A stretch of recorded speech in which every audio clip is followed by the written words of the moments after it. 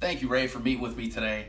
Per our previous meetings, I know that we were talking about possibly adding recycling to your account. I know that you have some of your employees that are really driven by the thought of recycling, and I wanted to come in today to talk to you about some things that are going on in the recycling market right now. To be frank, right now the recycling market as a commodity as a whole has not been doing too well. And the main reason, what started this whole thing was actually China, believe it or not. So we used to be able to deliver our recyclable goods to China at a rate of 25% contamination, meaning if you have an 8-yard recycling can and 2 yards of that was trash, China would still be willing to accept that. So what happened a couple of months back, probably about a year now back, China told us that they're putting restrictions on recycling.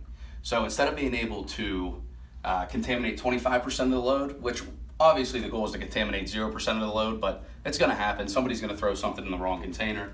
So it went from 25% that was allowed down to 0.5%. Now, obviously, that's a drastic change, and obviously people are going to benefit from that change, and some people are going to hurt from that change.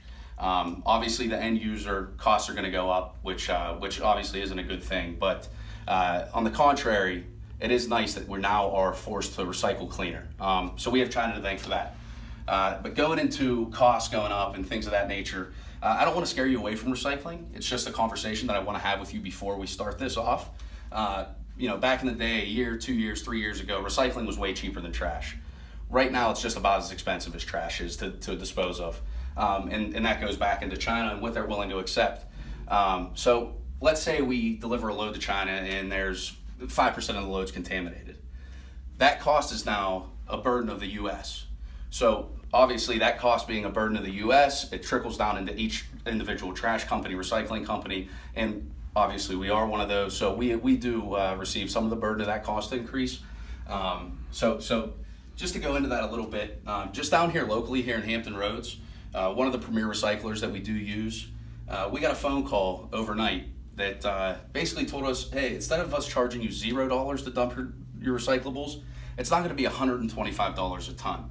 So when we saw that change, obviously that made an impact locally here in Hampton Roads, but also across the country. And we're seeing it. We're now seeing it now across the country. If you want to Google recycling crisis or anything like that, you could go ahead and do that and just to get some more information about that.